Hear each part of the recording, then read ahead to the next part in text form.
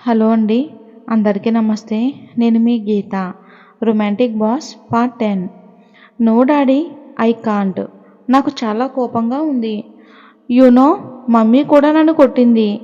Mummy నన్ను గద్దించినా ఊరుకొని నువ్వు నన్ను కొట్టినా సైలెంట్గా ఉన్నావు. బంగారం, నేను రాలేదు కదా, ఆల్రెడీ మీ మమ్మీకి వార్నింగ్ ఇచ్చాను.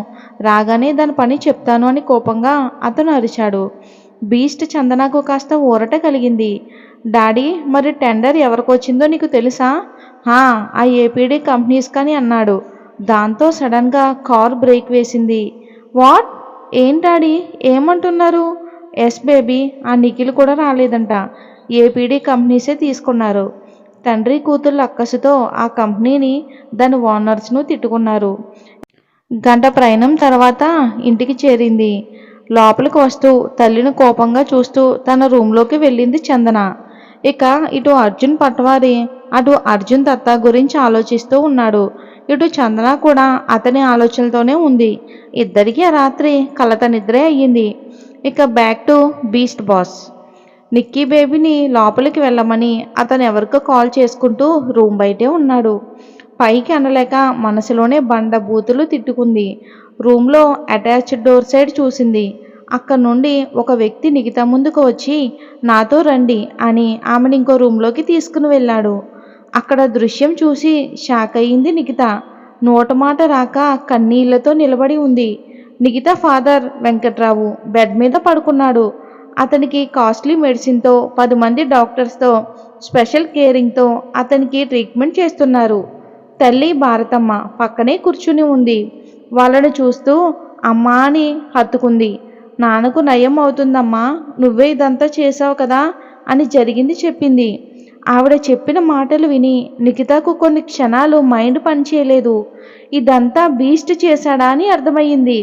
అమ్మా, నేను మళ్ళీ కలుస్తాను అని తల్లితో చెప్పి తండ్రిని ఒకసారి చూసి బయటికి వచ్చింది. బీస్ట్ బాబు కోసం చుట్టూ చూసింది. రైట్ సైడ్ రైలింగ్కి ఒక చేతిని ఆంచి ఇంకో చేతితో ఫోన్ మాట్లాడుతూ స్టైల్గా నిలబడి ఉన్నాడు నిఖిల్. కళ్ళు తుడుచుకుంటూ పరిగెత్తుకుంటూ వచ్చి బాస్ను గట్టిగా హత్తుకుంది. సడన్గా షాక్కు ఫోన్ వదిలేసి వెనక్కి తూలేవాడు కాస్త తట్టుకుని నిలబడి క్షణకాలంలోనే ఫోన్ కింద పడకుండా పట్టుకున్నాడు. ఇక నిఖిత అతన్ని గట్టిగా హత్తుకుని బొగ్గన ముద్దిచ్చింది. ఇక నిఖిల్ షాక్, నిఖిత బేబీ రాక్కు. Thanks sir, thank you so much అని అతన్ని ఇంకొకసారి ముద్దు పెడుతూ చెప్తుంటే బాబు గుండెకాయ టప్మని పేలిపోతూ ఉంది. థ్యాంక్స్ సార్, ఇదంతా మీ వల్లే అని అంది. నిక్కీ అగ్రిమెంట్ ప్రకారం ముందు 2 లక్షల రూపాయలు ఇచ్చాడు. ఆమెతో 1 వీక్ గడపాలి, తర్వాత మొత్తం సెటిల్ చేస్తాను అని అన్నాడు. ఆ 2 లక్షలతో ఒక బెస్ట్ హాస్పిటల్లో తండ్రి జాయిన్ చేసింది. తన శాలరీ సర్టిఫికేట్ చూపించి కొంత లోన్ తీసుకుంది. ఆ డబ్బును కూడా కట్టింది. కానీ 2 రోజులే ట్రీట్మెంట్ చేశారు. నిఖిల్ అడగలేదు, అతను టైం వైజ్గా ఇస్తాడు. అందుకే తండ్రి కోసం దిగులు. ఇప్పుడు నిఖిల్ అన్నీ మాట్లాడి సెటిల్ చేసి సిటీలోనే బెస్ట్ హాస్పిటల్లో జాయిన్ చేశాడు. నిఖిత, లీవ్ మీ అని గోర్జిల్లాలా గద్దించాడు. పాపం పొట్టి బేబీ ఆనందంతో అతన్ని అస్సలు వదలలేదు. అసలే మెంటల్ ఫెలో కదా, పిచ్చెక్కి బల్లిలా అతుక్కుపోయిన ఆమెను తన నుంచి గట్టిగా లాగి పక్కనే ఉన్న విజిటల్ చైర్లో కుదేశాడు. పొట్టిది మాత్రం నిక్కి అతనికి ముద్దులు పెడుతూనే ఉంది. దెబ్బ కదురుకొని ముడుచుకుంది డాగీలాగా. ఇక నిండా కోపంతో చండాసురులా చూస్తున్నాడు నిఖిల్ నిఖితను. ఏంటి సారని గుటకలు మింగుతుంది నిఖిత భయపడి. ఆమె చైర్లో ఉంటే ఫాస్ట్గా నిఖిల్ ఆమె దగ్గరకు వచ్చి సడన్గా ఆమె ముఖంలోకి తల వంచుతూ సీరియస్గా చూశాడు. అతని దవడ కండరాలు బిగుతుగా మారాయి. బాబోయ్, ఈ రాక్షసుడు ఇప్పుడేం చేస్తాడో అని మనసులో అనుకుంది. బిక్కుమంటూ చూస్తుంది. ఇక పూర్తిగా నిఖిత మీదకు బెండయ్యాడు. ఇద్దరి ఫేస్లు చాలా దగ్గరగా ఉన్నాయి. అతని కళ్ళల్లోకి సూటిగా చూడలేక రెప్పలు వాల్చింది నిఖిత. ఇంచి గ్యాప్లో ఉన్న అతని ముక్కు నుంచి వచ్చే వేడి శ్వాస ఆమె ముఖంపై పడింది. ఇంకేదో మైకం, మరేదో కొత్త ఫీలింగ్. ఏ ఫీలింగు లేకుండానే తనతో ఇంటిమేట్ అయ్యాడు. బట్ ఇప్పుడు అతని కళ్ళల్లో ఏదో కనిపిస్తుంది. ఆమెకు కూడా అంతే ఉంది. చైరుకు 2 చేతులు ఆంచి ఆమె పెదవులు లైట్గా కిస్ చేసి వదిలాడు. అప్రయత్నంగా ఏదో పరవశంతో కళ్ళు మూసుకుంది నిఖిత. ఈసారి ముద్దులో అతని కోరిక గాని మరేది గాని లేదు. ఏదో కొత్తగా ఉంది. మూసిన కళ్ళపై తడి పెదవులు అద్దాడు. ఇద్దరు ముక్కులు రబ్ చేశాడు. చేతులతో చీరని గట్టిగా పట్టుకుంది నిఖిత. ఒళ్ళంతా ప్రకంపనలు రేగాయి. ఆమె పెదవులను అందుకున్నాడు. ఆ ముద్దు అలా 4 నిమిషాల పాటు కొనసాగింది. ఇక అటెవ్వరూ కూడా రాలేదు. ఇద్దరికీ ఊపిరి భారం అవుతూ ఉంటే ఆమెను వదిలాడు. నిఖిల్ ఆమె కళ్ళల్లోకి చూశాడు. అతన్ని సూటిగా చూడలేక తల దించుకుని నేలను చూస్తుంది నిఖిత.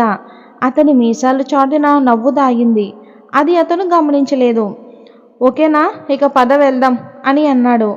అతను నార్మల్గా ఉన్న ఆ వాయిస్లో ఉన్న బేస్కు జడుచుకుని చుటుక్కున కళ్ళు తెరిచింది. రైలింగ్ కానుకుని ఫోన్ చూస్తున్నాడు నిఖిల్. ఆమెని సీరియస్గా చూస్తూ అసలు తల గోక్కుంది. ఏంటి మా రాక్షస్ బాసు ఏదో చేశాడని ఇమేజిన్ చేసుకున్నానా అని. సార్ సార్ అని నసుకుతూ పిలిచింది నిఖిత.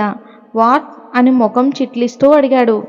ఇప్పుడు ఏమైనా చేశారా అని భయంగా అడిగింది, తేనెకళ్ళు చిన్నవి చేస్తూ. వాట్ హ్యాపెన్ అని అన్నాడు ఇంకా ఇంకా గంభీరంగా. మీ పేరెంట్స్ను చూసావు కదా, పద వెళ్దాం. ఓకే సార్ అని తన బ్యాగ్ భుజాన్ని వేసుకుని నిలబడింది. అతను ఫాస్ట్గా లిఫ్ట్ వైపు వస్తుంటే నిఖిత వెనకే శారీ స్టెప్స్ను పైకి పట్టుకుని అతని వేగాన్ని చేరుకోవాలని చూస్తుంది. ముందు అతను, తర్వాత ఆమె లిఫ్ట్లోకి వెళ్ళగానే గ్రౌండ్ ఫ్లోర్ బటన్ క్లిక్ చేశారు. పక్కనే నిలబడి అతన్ని గుడ్లు అప్పగించి చూస్తుంది. ఫోన్ చూసుకుంటూ అప్రయత్నంగా ఆమె వైపు చూశాడు నిఖిల్. భయంగా తలదించుకుంది నిఖిత. ఎందుకలా తినేసేలా చూస్తున్నావు? సార్ అది ఇందాక మీరు మీరు కిస్ చేశారా అని సగం సగం చెప్తుంది. వాట్ అని గట్టిగా గద్దించాడు నిఖిల్. ఇక నిక్కీ పాప దడుచుకుంది దెబ్బకి.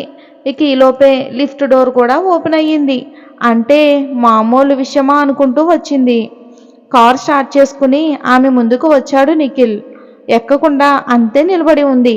సీరియస్ లుక్ ఇచ్చాడు. సార్ నా ఫ్లాట్కి వెళ్తాను అని అంది చాలా చిన్నగా. అతను సీరియస్గా చూసి, Nikhita don't irritate me, come fast అని అతను కార్ డోర్ని లోపల నుంచి ఓపెన్ చేశాడు. ఇప్పటికే ఈవినింగ్ అయ్యింది. నైట్కు అతనితోనే ఉండాలి అని గుర్తుకు వచ్చి లోపలే కూర్చుంది నిఖిత. కార్ డ్రైవ్ చేస్తున్నాడు నిఖిల్. అతన్ని చూస్తూ ఇందాక జరిగిందంతా నా భ్రమే అయ్యుంటుంది. లేకపోతే ఆ రాక్షసుడు నవ్వడమా? నో నెవర్ అని అనుకుంది మనసులో. రియల్గానే జరిగింది. పాపం పిచ్చిపిల్ల మాత్రం తనకి హాలైజినేషన్ అనుకుంటుంది. ఇక టైం కూడా 8 అవుతుంది. వారి కారు సిగ్నల్ దగ్గర ఆగింది. ఇక పక్కన ఇంకో రేంజ్ రోవర్ కారు ఆగింది. అప్రయత్నంగా అందులో ఉన్న అమ్మాయిని చూసి కోపం నశాలానికి అంటింది నిఖిల్కు.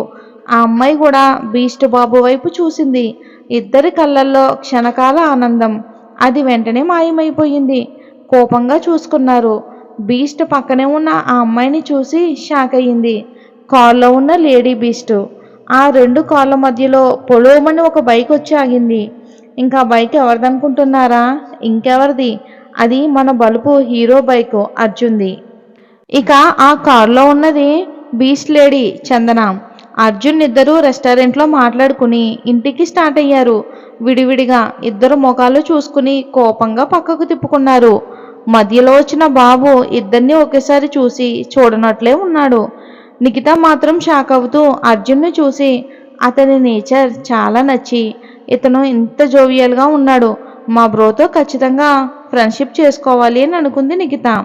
బీస్ట్ బాబుకు తెలియకుండా నిక్కీ పాప అటు లేడీ బీస్ట్ను ఇటు జెంట్స్ బీస్ట్ను మార్చి మార్చి ఇద్దరిని చూస్తూ ఉంది. అర్జున్ కూడా ఆ ఇద్దరిని చూసి నవ్వాడు. ఇక తర్వాత ఎవరికి వారు కారు విమానం రేంజ్లో డ్రైవ్ చేస్తూ వెళ్ళిపోయారు. అర్జున్ నిట్టూర్చాడు. తన ఫ్లాట్కి వెళ్ళాడు. బీస్ట్ బాబు నిక్కీని తీసుకుని తన వెళ్ళాకు తీసుకెళ్లాడు. అతన్ని కదిలించే సాహసం చేయలేక మౌనంగా కూర్చుంది నిఖిత. కారు ఆగగానే దిగింది. ఆ విల్లా చూసి బ్లాంక్ ఫేస్తో బీచ్ను చూస్తుంటే కమ్ అని ఆమె వైపు చూడకుండానే ముందుకు నడిచాడు నిఖిల్. నిట్టూర్చి బీచ్ను ఫాలో చేసింది నిఖిత. చిన్న సైజు మినీ ప్యాలెస్లో ఉన్న ఆ ఇంటిని చూసి చాలా షాక్ అయ్యింది. చిన్నగా అతని వెంటే లోపలికి వచ్చింది. పైన ఒక రూమ్ చూపించి ఫ్రెష్ అవ్వు అని అన్నాడు. కాస్ట్లీ ఇంటీరియర్స్తో, అందంగా గ్లాసు సెల్ఫ్తో, అందులో ఫోటో ఫ్రేమ్స్ ఉన్నాయి. బీస్ట్ గారికున్న గొప్ప కళలో ఫోటోగ్రఫీ ఒకటి. చాలా ఇష్టం కూడా తనకి. ఏదైనా నచ్చింది కనిపిస్తే చాలు వెంటనే క్లిక్ మనిపిస్తాడు. ఆ విల్లాలో ఉన్నవన్నీ కూడా నిఖిల్ తీసిన ఫోటోగ్రఫీసే. అది నిఖితకి తెలుసు. ఎంతైనా అతను పిఏ కమ్ గర్ల్ ఫ్రెండ్ కదా. ఇక నిఖిత బీస్ట్ రూమ్లోకి బిక్కు బిక్కుమంటూ వెళ్ళింది. రూమ్ అంతా చూసి షాక్ అయింది. చాలా అందంగా డిజైనింగ్ ఫర్నిచర్తో చాలా అందంగా ఉంది. మేడ్ వచ్చి ఆమెకు కవరు కాఫీ ఇచ్చింది. అవి అందుకుని కాఫీ తాగి కవర్లో తనకు డ్రెస్సులు ఉన్నాయని చెప్పింది. తీసుకుని ఫ్రెష్ అయ్యింది. టవల్ కట్టుకుని వచ్చి కవర్ ఓపెన్ చేసింది. ఆ డ్రెస్ చూసి నిఖిత షాక్ అయ్యింది. బ్లాక్ మినీ స్లీవ్లెస్ ఫ్రాక్ అది. ఏంటిది, నా కోసమేనా లేక ఎవరికైనా? అయినా నేను ఎప్పుడు ఇలాంటి డ్రెస్సులు వేసుకున్నానా? ఆయన ఎప్పుడూ నన్ను చూడలేదు కదా. మరి ఈయన గారేంటి ఇలాంటి డ్రెస్ ఇచ్చారు అని దాన్ని వేసుకోలేదు. విడిచిన శారీనే వాష్ చేసుకుని హీటర్తో హీట్ చేసుకుంది. గంట తర్వాత బీస్ట్ డోర్ లాక్ చేస్తుంటే కంగారుగా ఉంది ఆమెకి. ఇక నెక్స్ట్ పార్ట్లో వీళ్ళ రొమాన్స్ బీభత్సంగా ఉంటుంది. ఇక కట్ చేస్తే అర్జున్ ఫ్లాట్. నెక్స్ట్ డే మగతగా కళ్ళు తెరిచి అర్జున్ ఒళ్ళు విరుచుకుంటూ పక్కనే చూశాడు.